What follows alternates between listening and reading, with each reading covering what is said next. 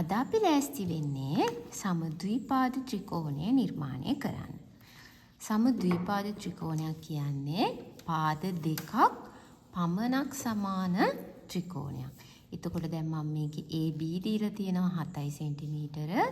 BC AC කියන පාද දෙකම 6.5 සෙන්ටිමීටර විදිහට තමයි අරගෙන තියෙන්නේ.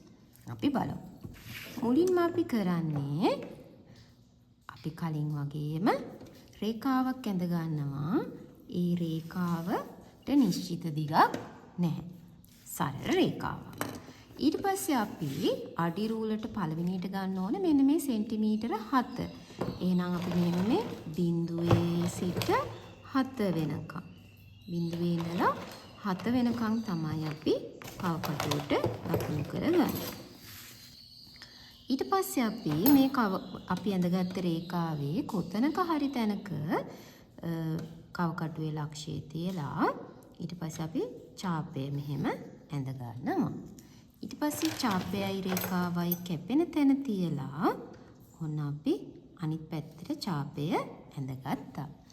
එතකොට දුවේ පුතේ මේ පාදයේ AB විදිහට ඊට පස්සේ මේක 7 සෙන්ටිමීටර කියලා අපි මෙන්න මේ විදිහට ලකුණු කරගන්න ඕනේ. අපි නිර්මාණ පාඩමේදී මේ හැමදේම කරන්නේ පැන්සල පාවිච්චි කරලා. අපි පෑන සාමාන්‍යයෙන් පාවිච්චි කරන්නේ නැහැ.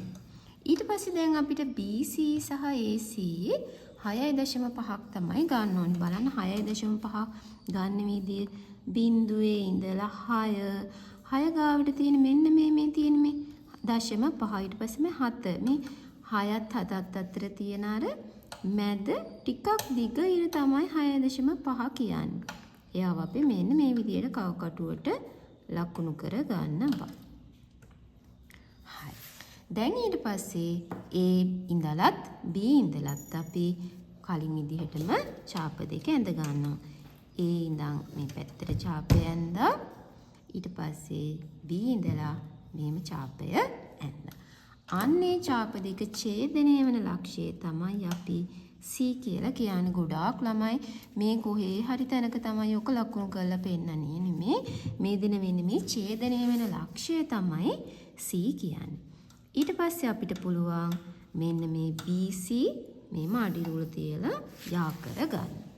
ඊට පස්සේ අපිට පුළුවන් මෙන්න මේ AC රේඛාවත් අඩි රූල තියලා යා කරගන්න. දැන් අපිට සමද්විපාද ත්‍රිකෝණය හම්බෙලා තියෙනවා. අපි බලමු මැනලා ඔන්න මේ පැත්තට 7යි. ඊට පස්සේ මේ පැත්තට 6.5යි. ඊට පස්සේ මේ පැත්තටත් 6.5ක් වෙන විදිහට අපිට සමද්විපාද ත්‍රිකෝණය හම්බ වෙලා තියෙනවා.